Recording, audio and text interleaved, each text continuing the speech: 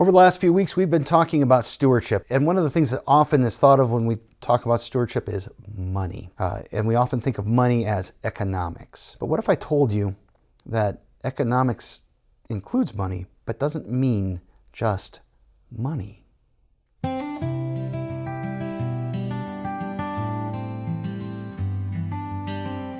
Hey folks, I'm Pastor Eric Tritten from Gloria Lutheran Church in Hudson, Ohio, and this is a weekly word. Thank you for being here with me. I hope that this is going to be a blessing to you as we think about 2026 as a year of stewardship.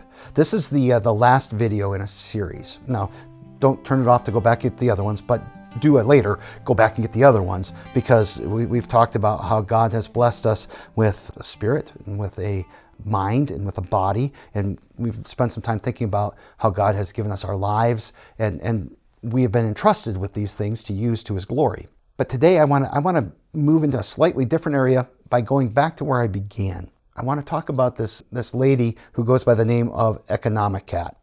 She does these videos where she talks about how people spend money, and she'll say, "You don't need that Dunkin' Donuts, you're just bored.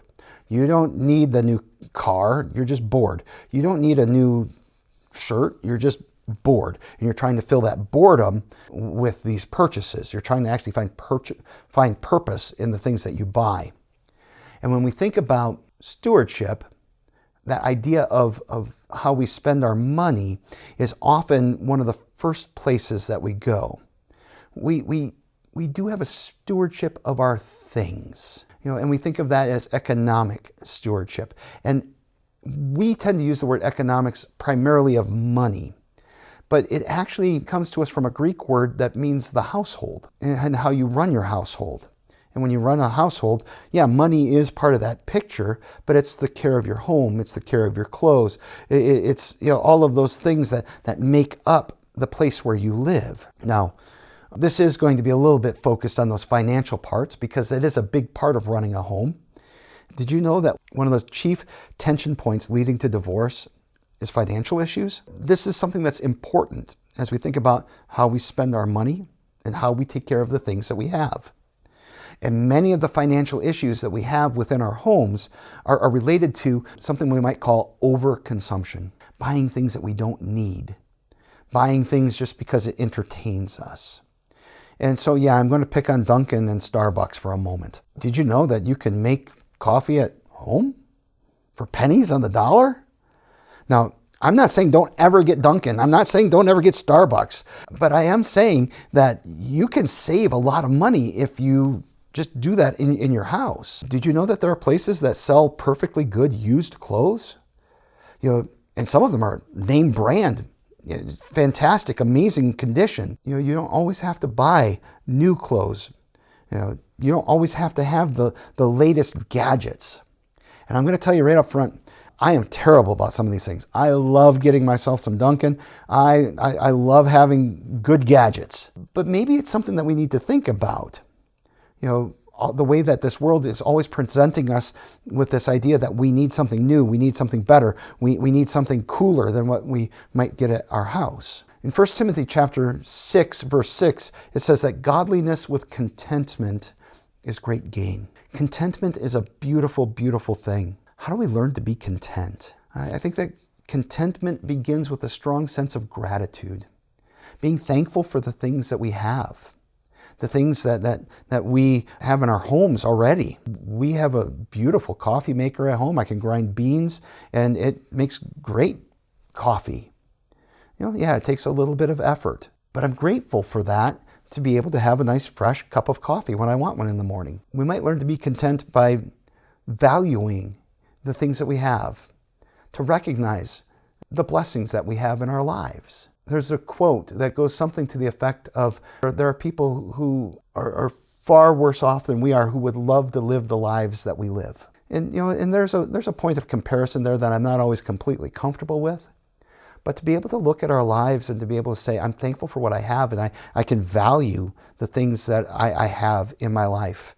I have good clothes, I have a good car, I have a good job, all of those kinds of things. We might learn contentedness by taking care of the things that we own.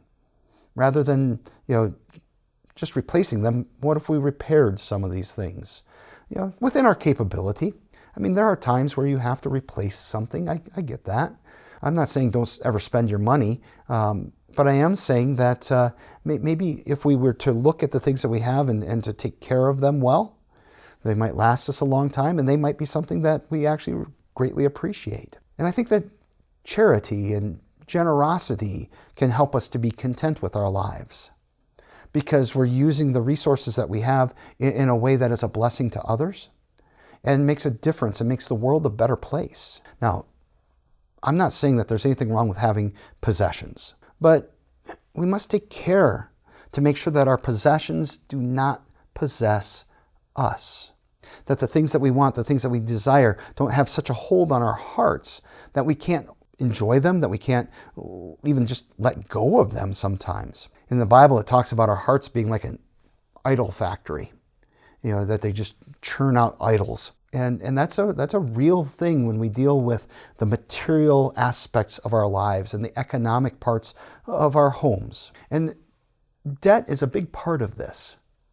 And it's something for us to think about.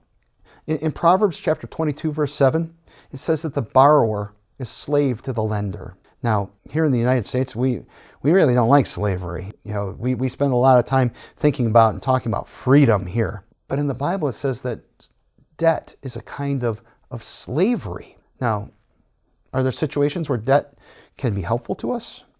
I'm pretty sure I wouldn't have bought a house without a mortgage.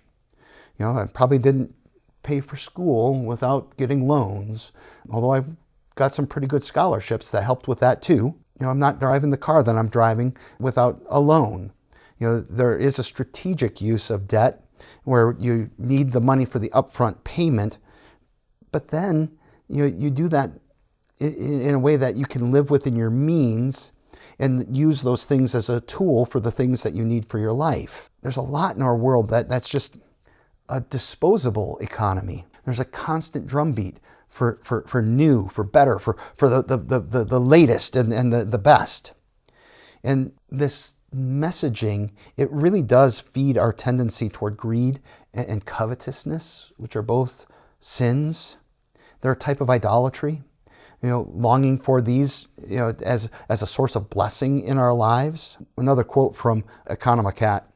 One of the things she says is, oh, you don't have any money?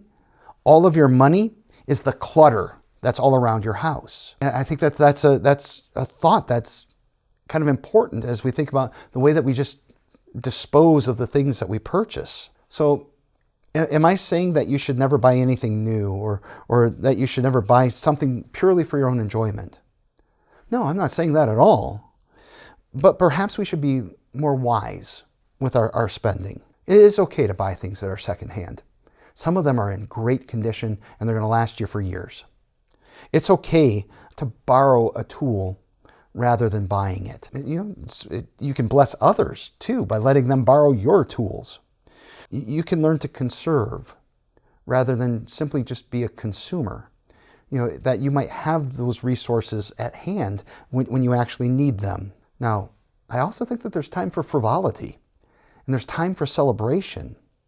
There's a biblical pattern of fasting and feasting. There are times that we pull back and we're like really cautious with ourselves, but there are other times too where it's a celebration, it's a feast. And when we waste money, maybe there's an opportunity to do that wisely, to do it in a way that will actually accomplish something good. Here at Gloria Day, we have had a lot of funerals lately. And dealing with funerals, it really impresses me that life is short. And I don't know about you, but I want to enjoy it. And I want to live it. To really live this abundant life, not just in the sense of having the good things of this world, but to live the abundant life that Jesus has given to me. The abundant life that he has given to you.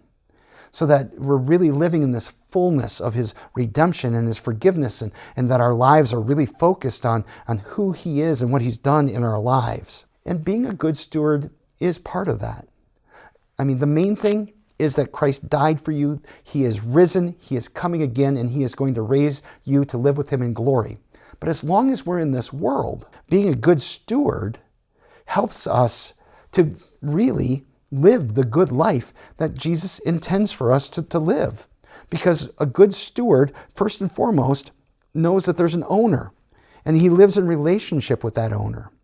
So we live in relationship with God, and we use the things that he's given to us for his glory. So let's move beyond, those amusements and those temporary pleasures that the world offers to us, and seek a deep and abiding joy that's found in Christ, and find our meaning for how we use these physical things in our lives in who he is. And let's receive spirit and mind and body and those economic factors of our lives as gifts, and to recognize them for what they are. They're gifts from a God who loves us, that are to be used, to be entrusted to us in such a way that they make our lives rich and allow us to be a blessing to others. So I hope this series has been helpful to you. If it has, please like it and share it, help other people to find it. And we'll come back next week with something new. God bless you.